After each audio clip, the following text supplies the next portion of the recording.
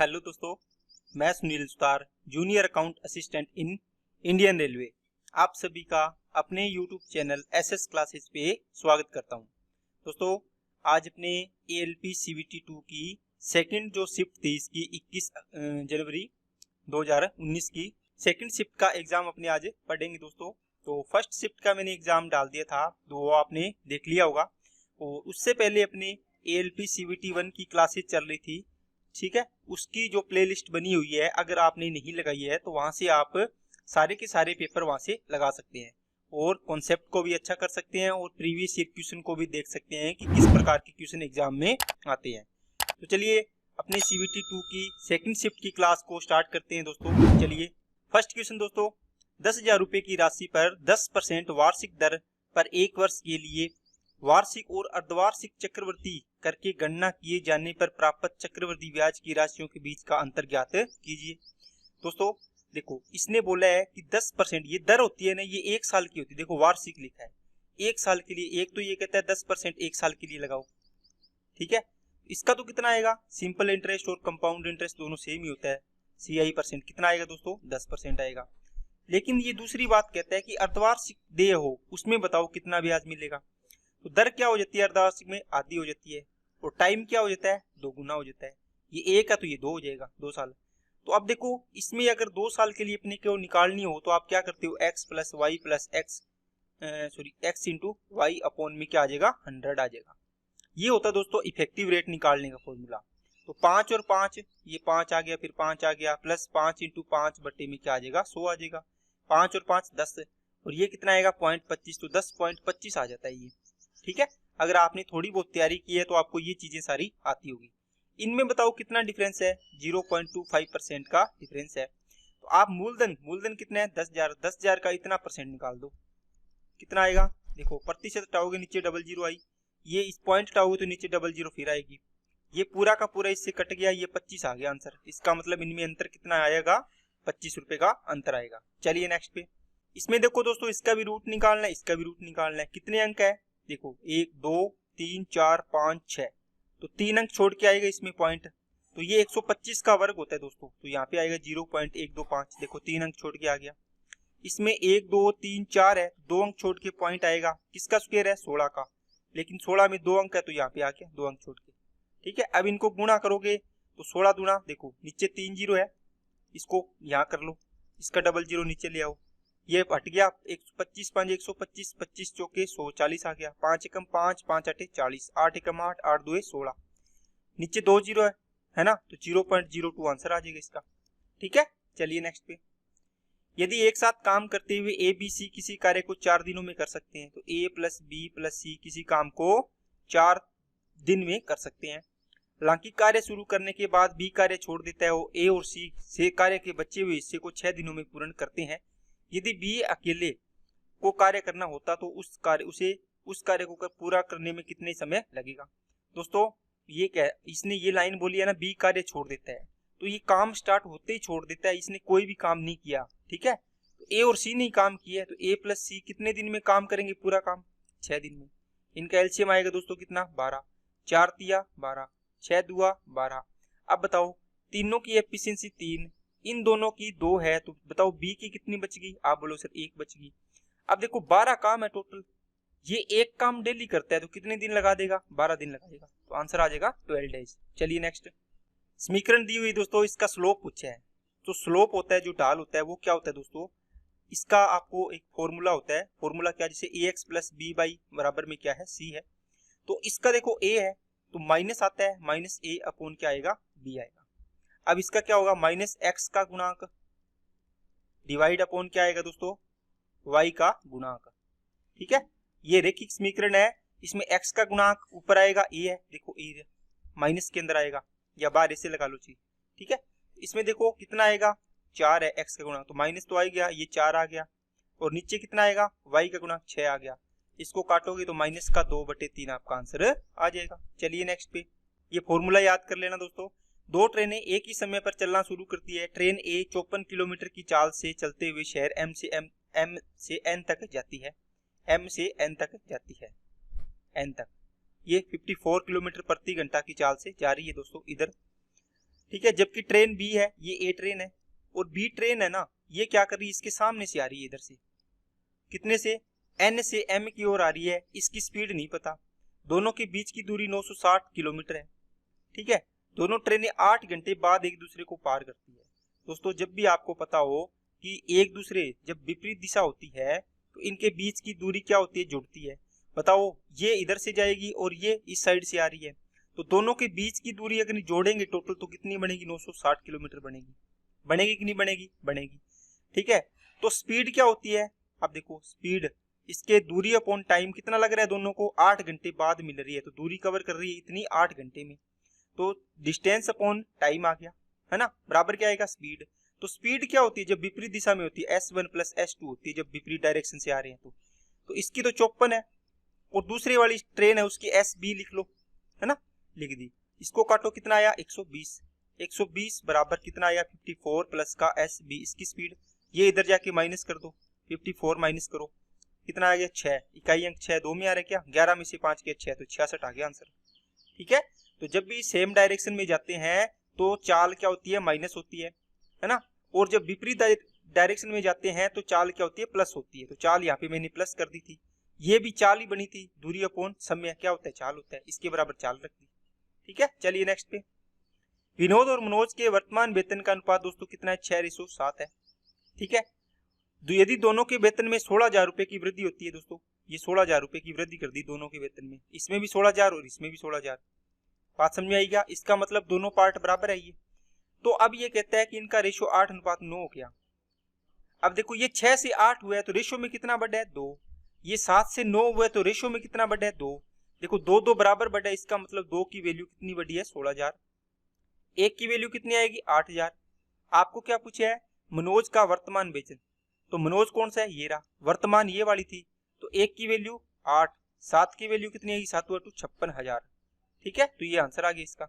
चलिए next, coat 30 degree √3 होता है इसका, माइनस का 1/2 इंटू कोसेक 60 डिग्री कितना होता है, दोस्तों साइन 60 होता है, वो कितना होता है, आप बोलो से √3/2।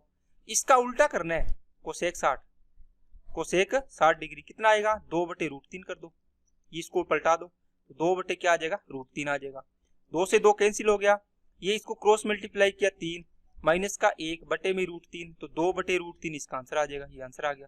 चलिए नेक्स्ट पे, एक समचतुर्भुज के विकिरणों की लंबाई 18 और 14 है, इसका क्षेत्रफल एरिया पूछा है दोस्तों। एरिया क्या होता है, 1/2 इंटू विकिरणों का गुणा, तो विकिरण कितने हैं, एक 18 है और एक 14 है, इनका गुणा कर दो, D1 इंटू D2, 9 14 9 126, आंसर आ गया 3 नंबर। चलिए नेक्स्ट पे, एक तीर्थयात्री ने 7.5 घंटे में 50 किलोमीटर की दूरी तय की। उसने कुछ दूरी 4 की स्पीड से पैदल चलकर और कुछ दूरी 12 किलोमीटर प्रति घंटा की चाल से चल रही बैलगाड़ी पर बैठकर तय की। पैदल चलकर तय की दूरी कितनी है, दोस्तों इसको आप इक्वेशन से भी कर सकते हो और दूसरा आप एलिगेशन लगा सकते हो, किसमें, चाल में। देखो कुछ दूरी इसने 4 किलोमीटर प्रति घंटा की चाल से तय की और कुछ दूरी इसने 12 की स्पीड से इसने तय की है, और टोटल दूरी है उसको कैसे तय की, देखो 50 किलोमीटर की दूरी थी, इसको इसने 7.5 घंटे में तय किया। ये जीरो यहाँ ले जाओ, 25 दिया 75, 25 दुआ 50, तो 20 बटे कितना आ गया, 3। तो ओवरऑल स्पीड आ गई दोस्तों इसको 20/3 किलोमीटर प्रति घंटा। ये किलोमीटर प्रति घंटा यहाँ मत लिखो, आपको कोई दिक्कत नहीं है, ठीक है। पर एक बात यहाँ से ये देखो कि जो भी इसका रेशो बनेगा एलिगेशन में, तो नीचे किसका रेशो आएगा वो देख लो। तो देखो किलोमीटर प्रति घंटा, नीचे क्या आ रहा है, घंटा, नीचे क्या आ रहा है, घंटा, घंटा, तो मतलब यहाँ रेशो आएगा घंटे का। समझ में आई क्या बात है। अब मैं इसको रफ कर रहा हूँ दोस्तों, किलोमीटर प्रति घंटा को, ये अपने को काम की नहीं है, ठीक है, काम की तो है लेकिन ज्यादा भीड़ करने की जरूरत नहीं है। जब भी ये फ्रैक्शन में आ जाए तो जो नीचे है इनको सभी में गुणा कर दो पूरे रेशियो में, तो इसमें भी गुणा किया, इसमें भी गुणा कर दो, इसमें भी कर दो, ठीक है। तो ये कितना हो जाएगा 12, ये 12 तिया 36, और ये 3 से 3 कट गया 20, यहाँ रेशियो आ गया दोस्तों कितना आ गया 8, ये कितना आ गया 16, जब इसको काटोगे तो ये आ गया 2 और ये आ गया 1, 8 दूनी 16। ये किसका रेशियो आएगा, टाइम का रेशियो आएगा। अब देखो दोस्तों आपको क्या पूछा है, पैदल चलकर, तो पैदल तो ये थी, पैदल वाली तो कितनी दूरी तय की, तो स्पीड कितनी थी इसकी 4 की, बताओ 2 और 1 3, तो टोटल टाइम कितना लगा रेशियो में 3। 3 की वैल्यू कितनी है 7.5 घंटे, 1 की वैल्यू कितनी आएगी 2.5 घंटे। अब देखो 25 × 50, तो 2 की वैल्यू कितनी आएगी 5 घंटे लगी है, और 5 घंटे में किस स्पीड से तय की इसने पैदल दूरी, पैदल से पूछे ना कितनी, तो पैदल ये 4 किलोमीटर प्रति घंटा की चाल से जा रहा था 4 की स्पीड से, तो 5 घंटे में कितनी तय करेगा, 1 घंटे में 4 तो 5 घंटे में 20 किलोमीटर, आंसर आ गया 20। चलिए नेक्स्ट पे, एक किसी कार्य का 25% हिस्सा 3 दिन में, दोस्तों 25% काम करता है 3 दिन में, है ना, तो 100% काम कितने दिन में करेगा बताओ, ये 4 गुना हुआ है तो इसको भी 4 गुना कर दो तो 12 दिन में, इसका मतलब ए है वो कंप्लीट काम करेगा 12 दिन में। बी उसी कार्य के आधे हिस्से को दोस्तों मतलब 1/2 हिस्से को करता है 18 दिन में, तो बताओ एक हिस्सा पूरा होता है, ये तो प्रतिशत में था, ये फ्रैक्शन में है, फ्रैक्शन में तो एक हिस्सा पूरा होता है एक काम, और प्रतिशत में 100% करना होता है, तो ये कितना हो जाएगा 36 दिन में पूरा काम कर देगा, तो बी करेगा 36 डेज में।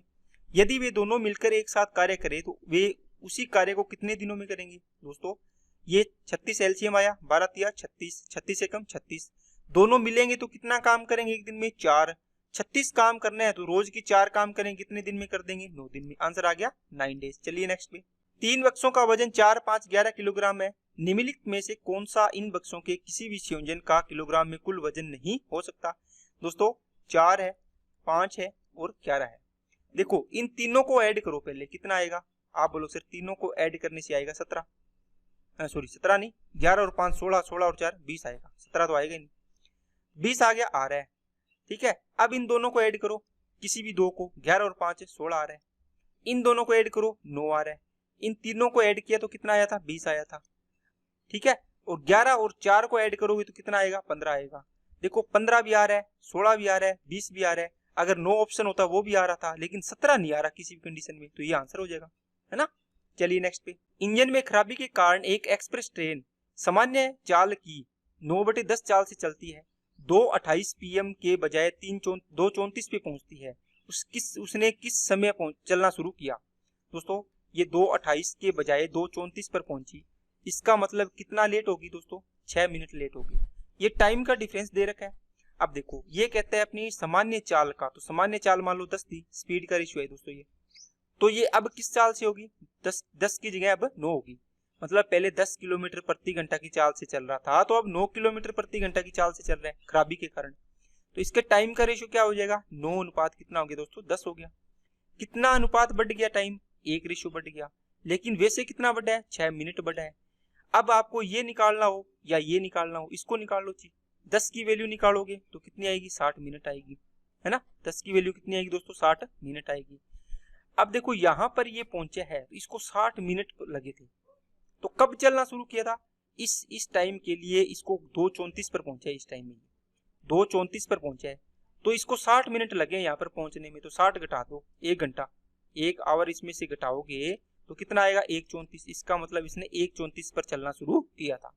समझ में आई क्या बात है, इससे भी आप निकाल सकते हो 9:54 मिनट आएगी यहाँ से, ठीक है, बात समझ आएगी क्या, ठीक है। इसको अगर 2:28 में से 54 मिनट को माइनस करोगे तो कितना आएगा, देखो इसको क्या करो 2 घंटे, ये इसमें से घटेगा नहीं, 1 घंटा यहाँ लेके जाओगे तो ये बनेगा दोस्तों 1 आवर और ये 60 मिनट इसमें जोड़ो तो 60 और 20 80 88 मिनट हो जाएगा, इसमें से 54 ये घटा दो 4 ये 3 आ गया, 1 घंटा 34 मिनट ऐसे भी आ जाएगा, तो दोनों से आंसर आ जाएगा आपका।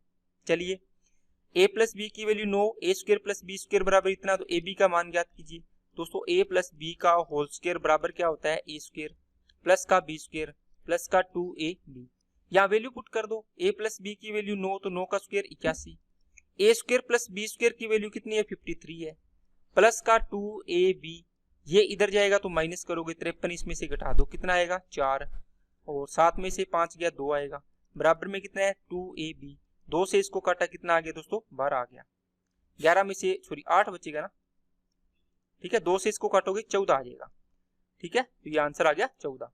चलिए दोस्तों नेक्स्ट पे, यदि a का 25% बराबर b हो तो 160 का b% कितना होगा दोस्तों। अब देखो 160 का b% है या b का 160% है, दोनों एक ही बात है दोस्तों, इनको लिखोगे तो ये बराबर आती चीज।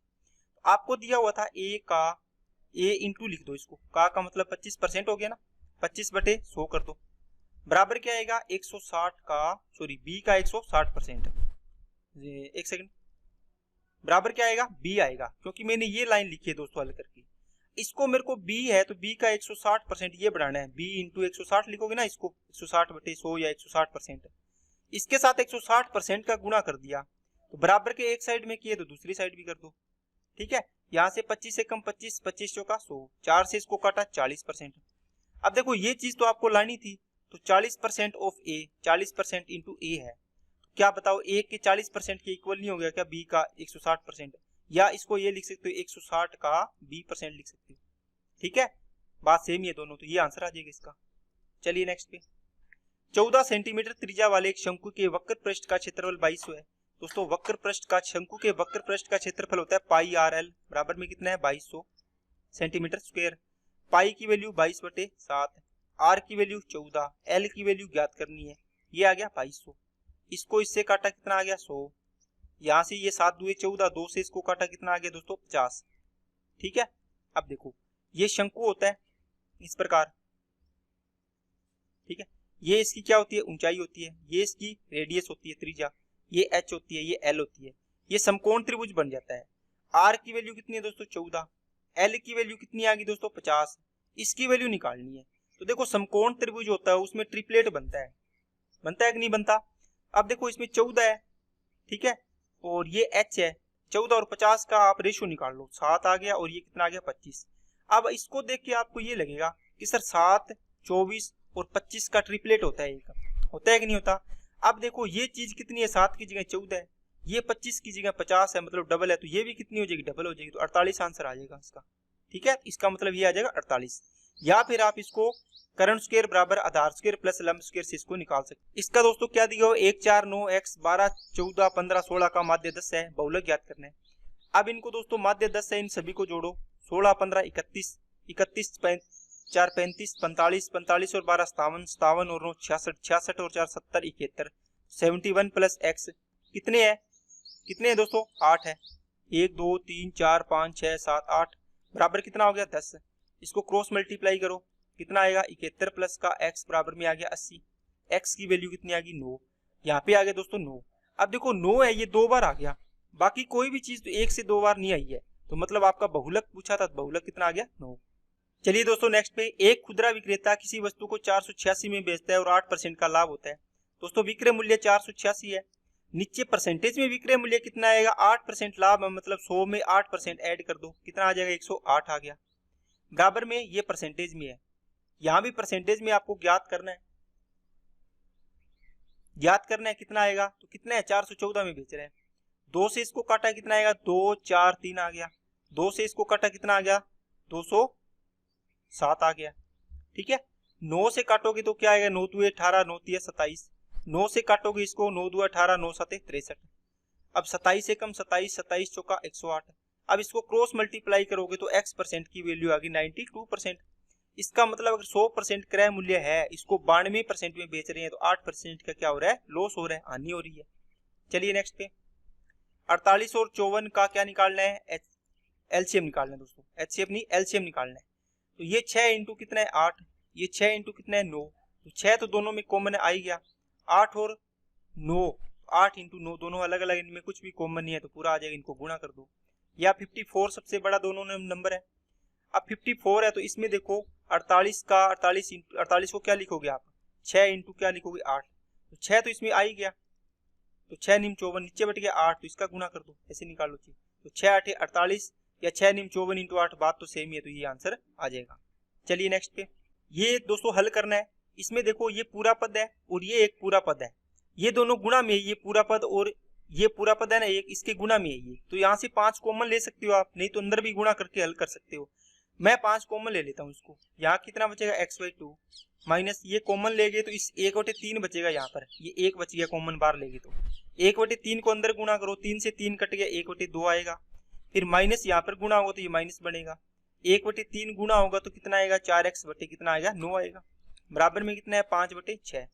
5 से ये 5 कैंसिल हो गया, ये x वाली टर्म है इनको ऐड कर लो, 9 एकम 9x, 4 दूनी 8x, बीच में माइनस आएगा, बटे में 9 2 18 आ गया।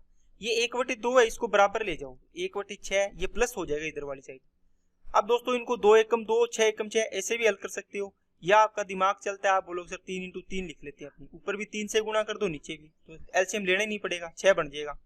ये बच गया x/18, बराबर में ये कितना आएगा, देखो नीचे 6 है तो पूरा का 6 आ गया, यहाँ 3 और 1 4, तो 4/6। इसको 6 × 18, 3 चौके 12, तो x की वैल्यू कितनी आ गई 12। चलिए नेक्स्ट पे, एक व्यक्ति अपनी पूंजी के 2/7वें हिस्से की वसीयत अपनी पत्नी के नाम करता है। शेष पूंजी के 1/3वें हिस्से की वसीयत अपने पुत्र के नाम और शेष बची हुई पूंजी अपनी 3 पुत्रियों में बराबर बांट देता है। यदि प्रत्येक पुत्री को पुत्र के हिस्से के 2/3वें हिस्से के बराबर धन प्राप्त होता है और प्रत्येक पुत्री को 2 लाख रुपए मिलते हैं, तो उसकी पूंजी बताओ। दोस्तों यहाँ पे क्या लिखा है 2/7, फिर शेष का 1/3, फिर कहता है फिर शेष के 1/3। देखो तीनों को शेष को बराबर बांटते हैं, मतलब 3 है तो 3 में 1/3 हिस्सा आएगा तीनों को। ये फ्रैक्शन है, इसमें जो भी नीचे वाली चीज है इनका मल्टीपल आप क्या करो या एलसीएम ले लो। मल्टीपल कितना आएगा 63 आएगा, 7 या 21, 21 या 63। आप ऐसे मान लो टोटल रुपए कितने हैं 63 है। ये कहता है इसमें से ये पत्नी को कितने देता है वाइफ को 2/7, तो इसका 2/7 करो 18 रुपये आएगा। 63 का 2/7, 63 इंटू 2/7, 7 × 63, 9 × 2 = 18। बताओ रिमेनिंग कितना बच गया। आप बोलोगे सर रिमेनिंग इसमें से घटा दो, तो 5/7 बच गया, 45 बच गया। अब कहते हैं कि शेष हिस्सा बचा है 45, उसका 1/3 हिस्सा अपने पुत्र के नाम करता है, इसका 1/3 हिस्सा किसके नाम करता है अपने सन के। कितना दोस्तों 15 आ जाएगा। तो रिमेनिंग कितना बचेगा 1/3 घटा दो, 30 बच गया रिमेनिंग। अब कहते हैं ये 30 बच गया, ये 3 पुत्रियों में बराबर बराबर, इसका मतलब 1/3 1/3 1/3 करेंगे तो 10-10 रुपये आ जाएंगे। अब कहते हैं प्रत्येक पुत्री को, तो प्रत्येक पुत्री को 10 रुपये मिलते हैं, तो 10 की वैल्यू कितनी है दोस्तों, कितनी है 2 लाख रुपए। देखो 2 लाख रुपए आ गई, ठीक है। यहाँ से एक की वैल्यू कितनी आएगी 20,000 आएगी। आपको पूछा है टोटल बताओ कितनी पूंजी थी, टोटल कितनी मानी थी 63, तो 63 पार्ट की वैल्यू निकालो, 63 × 2 = 126 और ये 4 जीरो इसके साथ आ गई, तो 12,60,000 आ गया आंसर, ठीक है। चलिए नेक्स्ट पे, 2 सेंटीमीटर त्रिज्या और 0.05 सेंटीमीटर मोटाई वाले एक सोने के सिक्के का द्रव्यमान ज्ञात कीजिए, सोने का घनत्व इतना है। दोस्तों देखो सोने का सिक्का है जो भी है, आप इसको देखोगे तो ये एक किसके शेप के बनेगा, बेलन की शेप का लगेगा आपको, अगर ध्यान से देखोगे तो ये इसकी त्रिज्या हो जाएगी, जो इसकी मोटाई होती है ना वो इसकी हाइट बन जाती है ना। इस प्रकार आप इसको देख सकते हैं। इसका आयतन कितना होता है πr²h, इतना आयतन आएगा, ठीक है। इसका आयतन निकालो, इसको अपने सोने का घनत्व दिया हुआ है, देखो 1 सेंटीमीटर क्यूब की वैल्यू इससे गुणा कर देंगे अपना आंसर आ जाएगा, तो 22/7। r² की वैल्यू कितनी आएगी, देखो 2 का स्क्वायर 4 आ गया, h की वैल्यू 0.05 आ गई, इंटू ये तो आयतन आ गया दोस्तों पूरा का पूरा वॉल्यूम। अब देखो 1 सेंटीमीटर क्यूब की वैल्यू दी हुई है दोस्तों 19.3, देख लो। इसको लिखने का तरीका ये भी है, ये ग्राम। आपको यहाँ पर जितना ये आयतन है इसके साथ गुणा कर दोगे, इतने की वैल्यू निकालोगे तो गुणा होगा, तो इसके साथ डायरेक्ट गुणा कर दोगे यहाँ पर। अब इसको अगर कटता है तो काट लो दोस्तों, कट रहा है क्या, नहीं कट रहा, नहीं तो इसको ना लगभग में काट दो, 7 या 21, 3 चौके 12, 12 × 5 = 60, ठीक है। तो ये आगे दोस्तों 0.6 तक पहुंच गया यहाँ तक, इतना हल करने के बाद। अब 0.6 को इससे गुणा करो, 19 × 6 = 114 और 6 × 3 = 18, 8 ये 5 और ये 1 तो 11.58। तो ये लगभग में अपने निकाला है, ये 3 पॉइंट समथिंग आना, तो ये 12 पॉइंट से ज्यादा ही आएगा, तो ये आंसर आ गया अपना। इससे बाकी तो छोटे छोटे आंसर है। चलिए नेक्स्ट, एक पाइप एक टंकी को x घंटे में भर सकता है, b इसको 15 घंटे में, दोस्तों b भरता है 15 घंटे में, खाली कर सकता है, ये खाली करने वाला है। यदि दोनों पाइप खोल दिए जाए तो टंकी कितने में a - b लिखूंगा मैं इसको, ये घटाने वाला है, 7.5 घंटे में क्या कर देता है भर जाएगी, ठीक है। अब देखो इसका एलसीएम लोगे 15 आएगा, 15 एकम 15, ये माइनस है, और 7.5 को 15 में डिवाइड करोगे 7.5 का, तो ये 2 आएगा।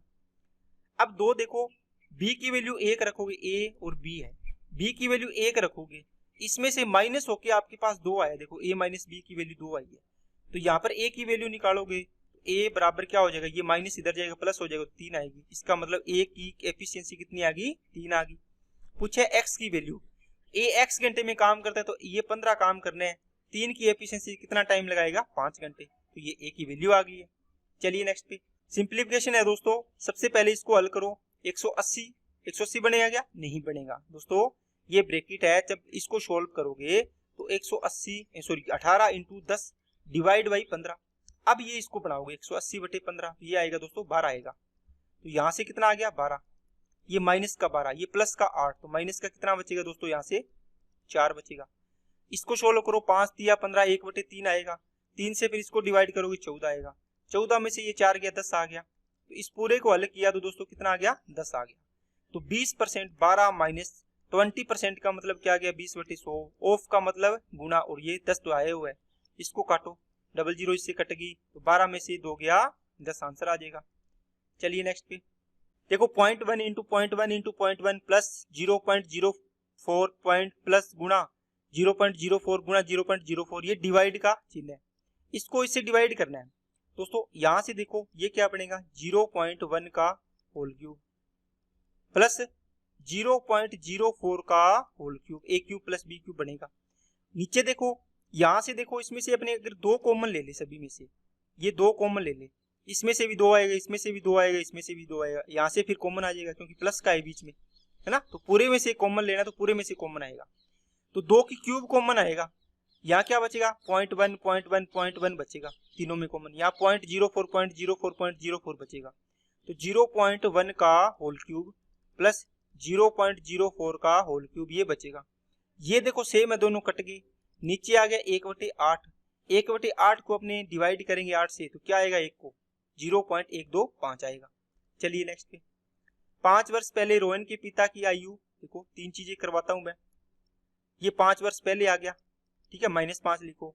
रोहन और इसका फादर है, रोहन के पिता की आयु रोहन की आयु की 8 गुनी थी, रोहन की आयु 1 है तो इसकी आयु 8 गुनी कर दो इसकी। 5 वर्ष बाद, इसका मतलब आज से 5 साल बाद, रोहन के पिता की आयु और रोहन की आयु का अनुपात 10:3 है। देखो रोहन के पिता की आयु, फादर, और रोहन की आयु का अनुपात है 10:3, इसका मतलब फादर की कितनी है, 10, तो रोहन की कितनी है, 3। यहाँ से देखो डिफरेंस कितना बना, 10 का। यहाँ देखो कितना ऐड हो रहा है, 2, यहाँ भी कितना ऐड हो रहा है, 2, मतलब दोनों में अंतर सेम है। तो 2 की वैल्यू कितनी आ गई, 10, 1 की वैल्यू कितनी आ गई, 5। आपको क्या पूछा है, रोहन की वर्तमान उम्र, तो रोहन ये रहा, 1 की वैल्यू 5, मतलब ये 5 साल का था, 5 साल पहले। 5 साल बाद मतलब प्रेजेंट में लाएंगे यहाँ पर, तो 5 ऐड करो कितना आ जाएगा, 10, तो आंसर आ गया दोस्तों 10। तो दोस्तों आज की क्लास में सारे क्वेश्चन आपको CBT 2 के जो थे वो कंप्लीट होते हैं। तो इसमें काफी अच्छे लेवल के क्वेश्चन थे जो मैंने आपको करवाए हैं, तो उनको कॉन्सेप्ट भी आपको अच्छे करते जाना है, ताकि आपको एग्जाम में ऐसा क्वेश्चन मिले तो आप डरो नहीं, ठीक है, और आराम से जल्दी से सोल्व करके इसको अपने नंबर पक्के करो। तो आज के लिए इतने रखते हैं दोस्तों। अगर आपको वीडियो अच्छी लगे तो लाइक करना, चैनल को सब्सक्राइब नहीं किया तो चैनल को सब्सक्राइब करें, और बेल आइकन पे क्लिक जरूर कर लेना, जिससे आपको वीडियो की नोटिफिकेशन समय पर मिल जाए। तो ओके दोस्तों, थैंक यू।